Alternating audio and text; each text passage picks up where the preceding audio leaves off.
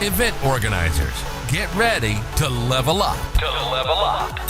You're listening to the Event Academy Live podcast, where we elevate motivated event organizers. This podcast is brought to you by Fusion, all the event ticketing features and support you need for one low price. Check them out at getfusionsolutions.com. Now, it's time for your host, Jake Spurley. Hello, everyone, and welcome back to this week's episode of Event Academy Live. I don't know if I should be excited or scared shitless for this week's episode because I have John Schwarz here from Scare USA. His whole job is to scare the absolute crap out of people for a living. So, John, is this going to be a scary episode or is it going to be a good one? Both. Obviously, it's going to be both. Yeah. It's almost like the sweet and salty mix. It's like a little bit of good, a little bit of scary. Who knows what we're going to get into? But I'm excited because what I didn't know about John, I thought he just produced an epic haunted house. I was wrong. This guy's been in the industry for years and years, from stage managing, putting on parades for his local city, production. The guy's done it all. So we're going to get a good, diverse episode here today. John, thanks so much for joining us today. Yeah, thank you, man. Good to see you. So what do you got? What kind of questions we got? I like to keep it open-ended. So for the viewers that don't know you, they don't know Scare USA, maybe they don't know the haunted house, industry at all. Catch up to speed. Who is John? John? Well, I am. Besides a handsome man, an entrepreneur located in Wisconsin, and I've been in the world of entertainment pretty much since I was 5 years old. And it started back, obviously, with my family. We used to put on shows and mini productions for the family. It just transitioned into being a disc jockey, did several thousand events since then, and I did, like you said earlier, some stage managing, hyping, emceeing, and I just kept dabbling with anything entertainment related, eventually transitioning to Halloween, haunted attractions. That was just another avenue to entertain people. I like to see people enjoying life and laughing and having fun, and scaring people is an element of fun. So you can get that out of people too. But Scare USA, we started about 10 years ago, and I've been doing scary stuff since 1998. And I was born in 86, so that I started when I was really young. Long time. Yeah. A long time. Yeah. So tell us a little bit about Scare USA. Yeah, it's one of the more well-known haunted attractions here in Wisconsin, and we pride ourselves on just the interactiveness that we have with the customers. 50% of it's scary. The other 50% is really fun. And we create all of our costumes in-house, and we tailor our costumes to the individual, like their personality. That's how we build everything.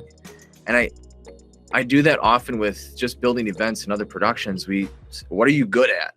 And let's focus on that and capitalize on what your skills are. And you can work on yourself and all your other, I don't like to say weaknesses, but that's one of the focal points when we do our haunted house, is that we know you're good at certain things. Let's focus on that. That's in your wheelhouse.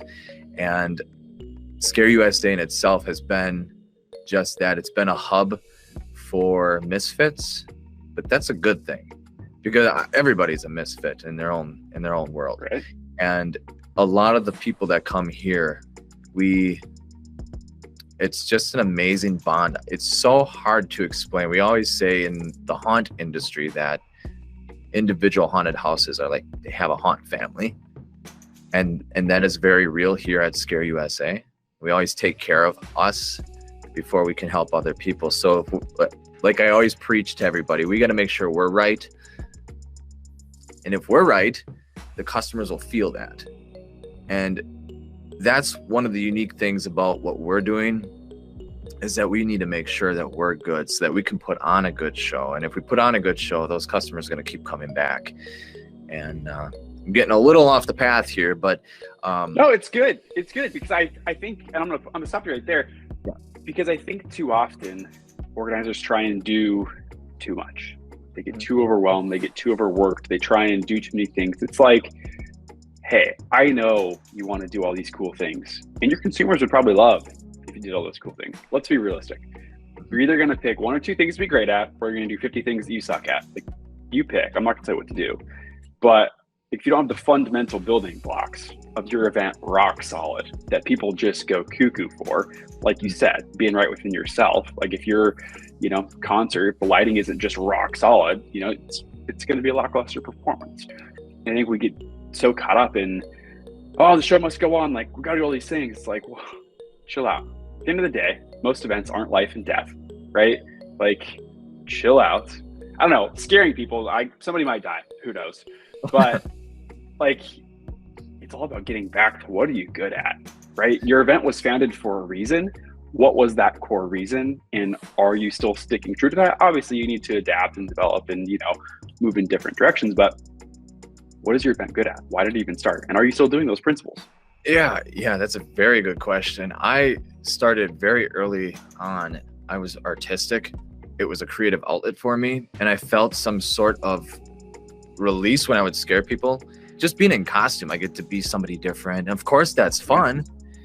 But even myself, when I would be DJing, I'd have a microphone and a booth.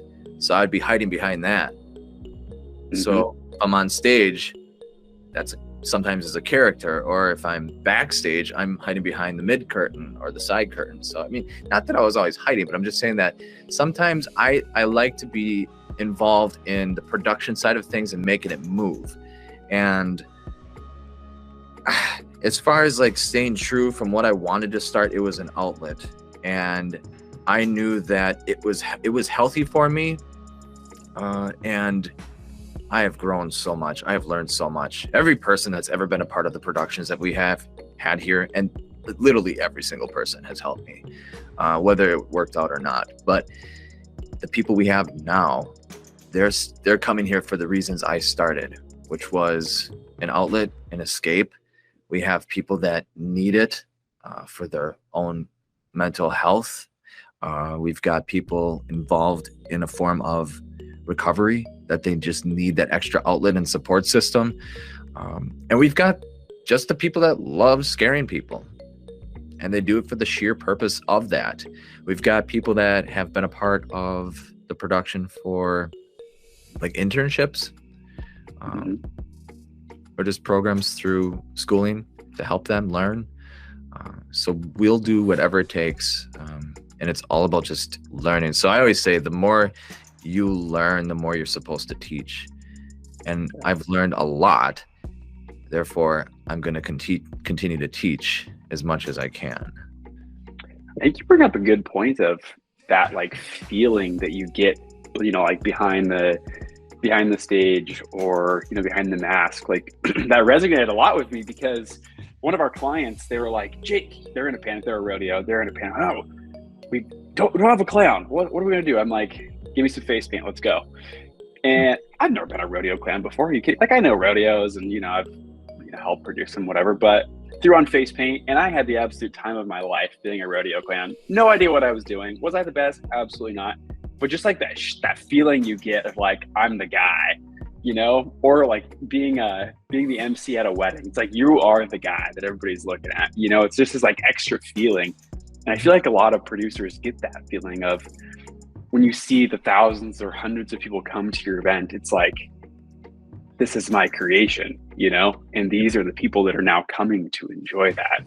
And I think if you don't get that feeling anymore, it's probably time to move on to something else. Personal opinion, you should feel some sort of satisfaction of like, I'm proud of what I'm putting on, or like this excites me because now I get to really create a core memory, a core experience in somebody's life. Like that's massive. Time's the most important thing we have, and they are choosing to pay you to spend that time like with you or your events. I think that's massive. Yeah, from my history and experience of just events and creating, it's all about memory building. Like, I mean, the point of life is to live, but in order to live, you have to love. And in order to love, you have to be willing to accept. But all part of that process is like, what's going to help me? And from my experience, maybe DJing or emceeing like a wedding, yeah, they may be paying me to do that, but it's not on me. I mean, that's a lot of pressure on me.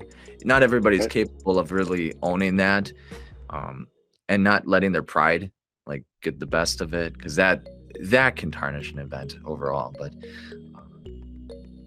the moments, like the experiences, that's where it's at. And if you can connect that to music or a scare or like a concert experience, anything honestly.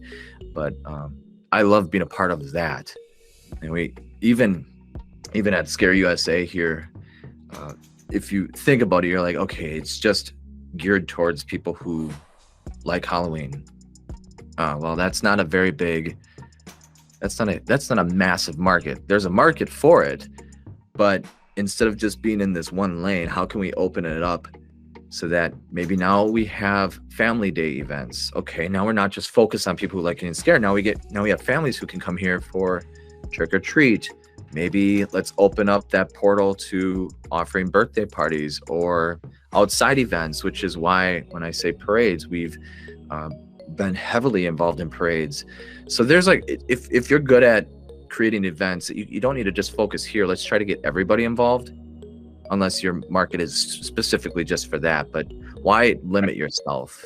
So when you're creating events and creating memories, think about everybody.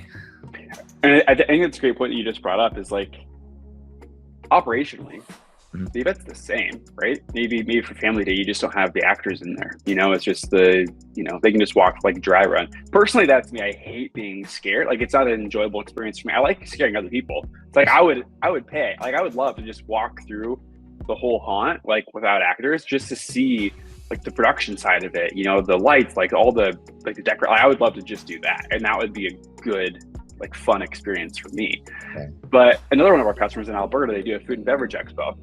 It's a tasting event, right? So they're like, hey, we have the exact same event. We have all the people from our industry already here. Why don't we set aside an hour and call it industry hour? And it is just an hour for all of the people in the industry. They're already here to do business with one another. And that affects 500 people that are, we're doing more business together. It's like, brilliant. You're not changing anything. You're just like opening up a new avenue. I think that's the point I want to touch on here. And the segue I want to go down is within your events, what are you already doing that could be an additional experience without a ton of extra work? Is it, taking the actors away to just have a family experience? Is it, doing an industry thing? Is it, I don't know, if you're a festival and you don't have like front row meet and greets or whatever, like, is that something? Because it's just another way to invoke a new experience, invoke a new emotion. And really, it's another revenue stream for you. And I'm all about making events more money in things that you're already doing. You don't have to reinvent the wheel. You just got to think about it in a different way. Exactly. Yeah, we've been doing this for a long enough time. And I always say there's like a 10-year cycle. So you can almost, I don't want to say repeat what you've done 10 years ago, but you can tweak it, manipulate it into something that's more modern. We started off just scaring people. And once we got into rhythm, we understood, let's keep this going. Obviously, you got to be creative and keep thinking of new ways to, you don't want to reinvent the wheel, like you said, but just keep it going. And why change something that works? So some things that I actually just had a meeting with one of our actors, and we're going to eventually branch out and offer, just with him specifically, like he can sing happy birthday. What is that called again? The singing telegrams? Oh, a cameo? Yeah. Like Yeah. Yeah. He's a unique individual, and that's very fitting for him. So we'll take that and we'll use that. Obviously with parades, that's something to do. I'm on the Haunted Attraction Association board. So I'm able to take what I've learned here and bring it to just a larger stage. And I was directing the industry award show the last 2 years at Transworld. And there again, we had award shows here for our crew and took what worked. We're going to bring it to the next stage. And that's what I did in the last 2 years. And just to see how other people have responded to that. And then maybe they can start applying that to their events. We've also done like pop-up events here. And that's been really fun because we've got all this, it's not downtime. We're working all the time on Scare USA, but like, how can we bring in revenue on the off season? Because everybody's like, okay, September, October, that's typically fall, like, let's scare them. Well, November is our blackout experience where We turn the lights off. It still is a very scary event. It's about half the actors, but we open up all of the backstage passageways, and the customers have to find their way out of the building with a glow stick, and there's no time limit. You just got to find the exit. So that experience in itself has been, it's like the cherry on top, I guess. That's the way our box office team always says it, that it doesn't take much to produce it, and there's a reward off of that. We're going to be going into May. We're going to have a May pop-up event. We're talking about maybe a summer pop-up event, but they're not driven to be scary. They're fun. And we've taken our attraction space, since it's already a maze, and with my background of like DJing and creating games and activities, that's kind of what we've been doing. We've been offering an experience that's more interactive within your own team, group, family, or friends, where you get to walk through the maze. It's not that scary, and they love it. It is so different. So we're going to keep rolling that carpet out, and we'll see what this spring brings for something like that. It almost sounds like one of those escape room sort of things, you know, like where you have obviously that has a time limit, but here you go, figure it out. Yeah. That's awesome. That's awesome. So I guess tell me a little bit more about the haunt. Like, how did you get the initial funds to actually, I know haunts can be pretty expensive to actually like start up. How did that work? I mean, is it a single haunt? Do you have multiple haunts? Does one ticket get you access to different haunts? How many attendees do you bring in throughout the year? Kind of give me some of the more details on that. So we started, I started collecting very young, and I was working for other productions and haunted attractions.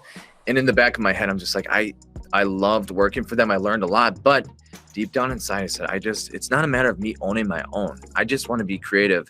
So if somebody lets me do that, well, I realized that the building that I'm in right now is the haunted house. I'm just backstage, and it's a family-owned building. So I've been grateful with that, because my family said, okay, we'll give you a chance. Otherwise, I don't think I'd be able to afford at the time to be able to rent a building out, because it is expensive.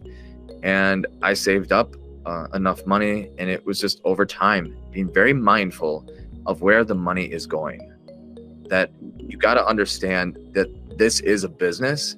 And if you're here just to play, you're not going to be playing very long. So to be able to budget and to understand just dollar flow, I think that's key. And I've learned a lot over the years, probably because of my own business adventures, but I learned a lot from everybody else. And we try not to stick too much new items into the haunt. Like, I like to, what do they call that? Dumpster diving. Yeah. I don't physically go into dumpsters, but if I see things, I'll get a phone call from a building that's abandoned or a factory that's about to be demolished. Say, you can come through here, pick what you want. And that's kind of what we do. We just start collecting. So we have a lot of stuff and we store that, but it starts with this. Like, you could spend a buttload of money on really cool, sexy props. You can. We like to do a lot of that stuff in-house, but part of the way Scare USA is designed is that it doesn't have these gigantic animations, animatronics. It's very real. So when you're walking into a set, you may see, let me think here. We've got about 300 VHS tapes for one of our set rooms, or we yanked out about 300 to 400 telephones from an old factory here in town. And we're like, this is weird. We can get creative with set design. Instead of spending money on something, use this. And if being creative is not within my wheelhouse, I'm going to find people who are, so that we can work together. And that's really what drives it. See, anything is possible if you're just really smart with where you're putting your dollars, but it starts with being creative. And once you think of the idea, how can I apply it? How can I make it happen? Go do it. Go do it. I don't use that if card. Go do it or don't do it. Right. It's either hell yes or it's a hell no. You pick. You just got to pick one. Yeah. So it started from there. I assume, has it grown from there? I mean, how many people do you bring through every year now? And I guess, where did you start and where are you at now? Yeah, it's hard to say our final numbers because we are still classified as a small to medium haunt, and I'm completely okay with that. There's haunts that are medium to large and large to mega. Mm-hmm. That exhausts me just thinking about being a mega haunt. I've been involved in those productions, and I'm actually okay with bringing through like around less than 10,000, because that's about small to medium, and medium to large is maybe 10 to 15, something like that. And I'm just throwing numbers out there of places that I've been a part of. It gets a little more difficult with the more people that you have backstage managing them. And same with the guests. Like, the more people there are coming through, you may be bringing in more money, but you're also got to keep in mind, you're going to have more issues, or things are going to break. You're going to have to invest in better equipment overall and be prepared to have a team that's there to fix the stuff on the fly, be ready. So as far as numbers, it has increased. Every single year it's increased. We were open in 2020, and that was one of the best decisions business-wise, to offer something to the public during that hard time. And it's been transcending upward. We're still trying to figure out the numbers because it's fluctuated since then. We were trending quickly up until that point. So we're still, this coming season, we should see a high rise of numbers, but I don't like to give out numbers right now because it's so still all over the place. Like, Fridays were really down the last two seasons before this last one. We were trying to figure out why. There was no answer to why. It was just happening. Very interesting. So to segue in a new direction, but on the same topic, what is your guys' marketing strategy? Because I think a lot of people, at least the organizers that I talk to, they get stuck in the traditional marketing strategies that might not fit today's bill. And you say, like, you got to be creative. So to get 10,000 people there. I mean, that's good. That's a good size event. I don't care who you are. 10,000 people, that's a lot of people. What's your guys' marketing strategy, and how did you get there? What do you guys do? Yeah, you can hire like a marketing firm to help you. Thankfully, we have a lot of people on our team that are very good at marketing. Really, it's just, you got to figure out how to connect with people. Networking is huge. We are involved in the community. That is huge. If you're not involved in your community, you might want to consider that. In Scare USA, and I don't know if I have anything around me that would show it. I do not. But we have care inside of Scare, and we have a care give back program that I think it's the first week of October we're doing this year, where we give back to a family or a nonprofit, and we'll do it like a ticket cut. That's huge. So that in itself is some sort of like a marketing strategy, but it's really just that give back. You have to be able to do that. Social media obviously is huge. We've veered away from radio, television. Our demographics are the younger generations, but we also have that 1990s crowd, which is 30s and 40s now. So how do we connect with them? Fortunately, it's still social media, because millennials started that, and then the next generations will follow. So billboards, television, radio, paper, it's not really worth it to us to do that stuff. So when you connect with people on social media, obviously like TikTok and Instagram, some Facebook, it's that video content, man. It really is. Just engage. And you guys have probably one of the best events to capture great video content and distribute that. I mean, really, out of all the event types, I would think yours would be an absolute home run, slam dunk for capturing that. Yeah, it's really fun because you can have some of the performers or entertainers, they can create like a video sketch. We can do a TikTok reel, whatever. But customers like to see their own reactions, and I think that's money. And if you have a haunted attraction, if you're not already doing that, do it. because you'll see a complete change. People like to see themselves, and if they say they don't, well, there's a reason why they don't want to be seen. But when I'm out with my friends, if I see myself on a website or being shared on a story, it's exciting, and then I want to share that with my friends. It's an experience. There we go again with building an experience. Yep. It will build a memory. I just got shared on so-and-so's page. Like, that's exciting. Show off your customers. Like, they want to see it. Right. Are you guys currently doing any like paid Facebook, Instagram ads, anything like that, or are you just kind of posting organically and getting the natural reach? We do get a lot of the natural reach, and I think we built that brand up so that it is appealing. It's easy to remember, and that's one of the key things when you are building some sort of an event or brand, is that you got to make it memorable. You can make it cool and things can sound cool, but Scare USA, that's easy to remember. It's easy to sell. Yes, we are doing paid advertisements. I've done, even on Snapchat, we've done some, and we've had a lot of success. I'm trying to remember the last ad we did, what we did, but it's crazy how some of our videos just take off. We don't have to do much. Right. It's the editing, it's the color. You got to be careful with the verbiage that you use, not just verbally, but if you've got subtitles or background music. I just had this conversation with somebody how sometimes YouTube or any of the platforms may pick up on certain words that are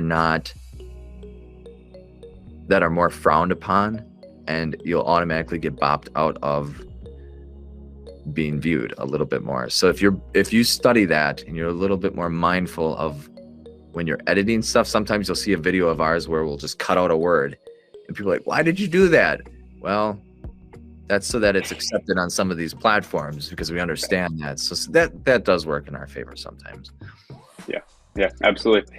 So I guess wrapping things up here, you have literally started this event from nothing into something that you're really, really proud of. And it's very, very obvious that you're proud of it. You're doing the right things. You're giving back.